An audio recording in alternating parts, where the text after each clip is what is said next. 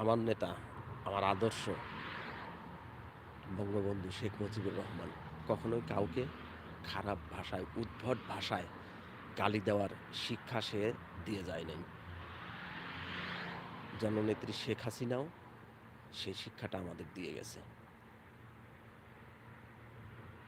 আজকে কিছুদিন আগে দেখলাম সোশ্যাল মিডিয়াতে একটা পোস্ট হয়েছে, যেটা সন্তান এবং বাবাকে নিয়ে। এটা ন্যাক্কারজনক, জঘন্য।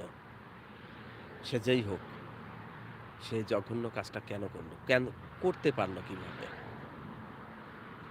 ভাই, দিন শেষে আমিও বাবা। আমার সন্তানকে নিয়ে যদি এই কুরুচিপূর্ণ তথ্য সোশ্যাল মিডিয়ায় তুলে ধরতো, তাহলে আমিও কষ্ট পাইতাম।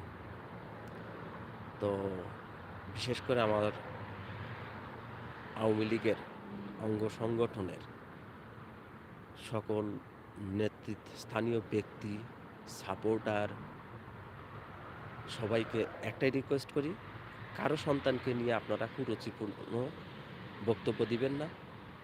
কুরুচিপূর্ণ কোনো কিছু সোশ্যাল মিডিয়ায় ছাড়বেন না। এতে আমাদের দলের ভাবমূর্তি নষ্ট হবে, জননেত্রী শেখ হাসিনার